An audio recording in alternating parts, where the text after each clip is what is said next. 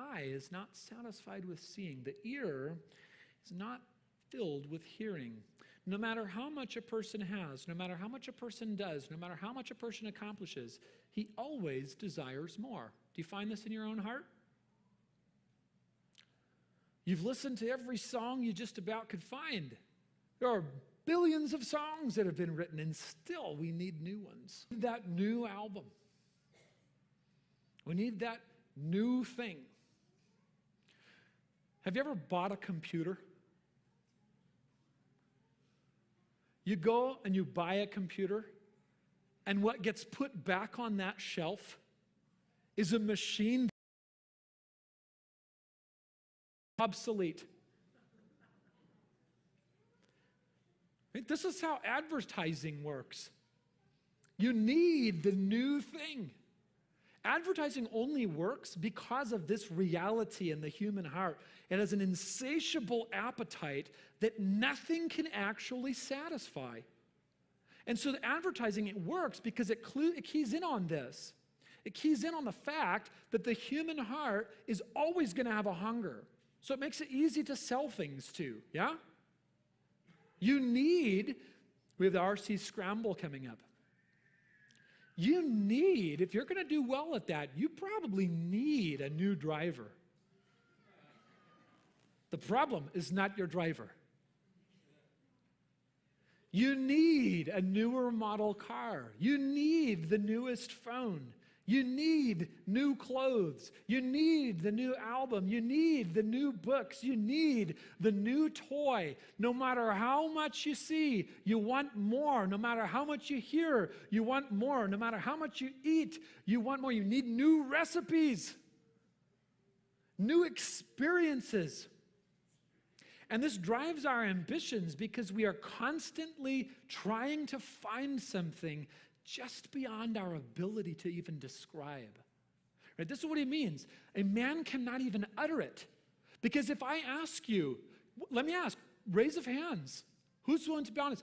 How many of you have found that at times in your life, you've pursued something hoping that it would somehow fix something for you, and then you get the thing, and it doesn't fix it? Anybody? And you're thinking, so what are you even after then? And you can't name it. You can't even say it. And so what we find is we're trying to constantly trying to find something that we're striving for. And again, chasing the wind. We don't even know what it is that we're chasing, but we know we're chasing it, and we know that nothing that we find is it. In Mere Christianity, C.S. Lewis describes this way. He says, most people, if they had really learned to look into their own hearts, would know that they do want, and want acutely, something that cannot be had in this world. There are all sorts of things in this world that offer to give it to you, but they never quite keep their promise. The longings which arise in us when we first fall in love, or first think of some foreign country, or first take up some subject that excites us, are longings which no marriage, no travel, no learning can really satisfy. And so you will find in your life, you too, Christian, that there are many, many things in life that lure in your attention. And they're not even bad things. In fact, the worst offenders of these are good things.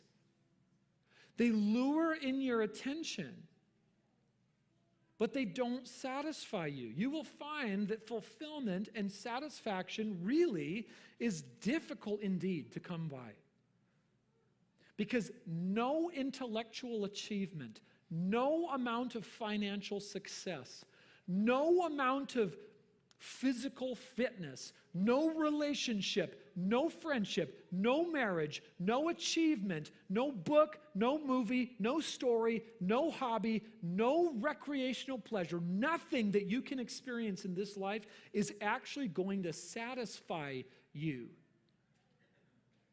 That doesn't mean that these things are bad, but they are hevel. They aren't the real thing.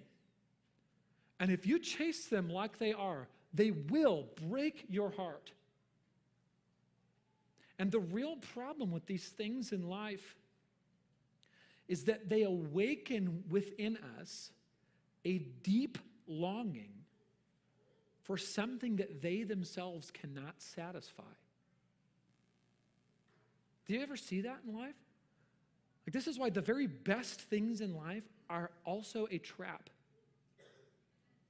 Because what will happen is you get married, and what you find is simultaneously two truths.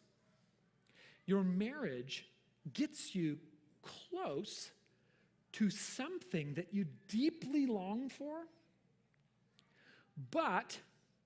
and in getting you close to it, it actually further awakens your desire for that very thing, but the marriage itself can't satisfy it.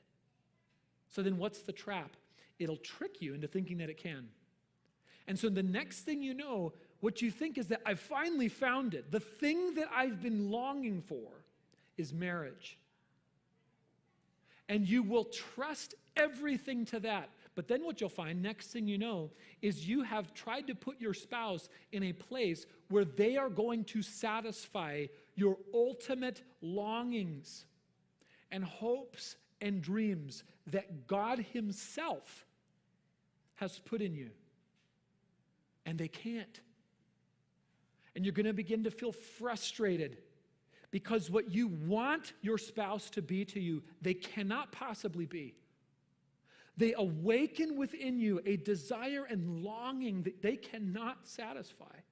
What a terrible trap. And all of life will seek to do this to you. The very best things in life will entrap you, and they will addict you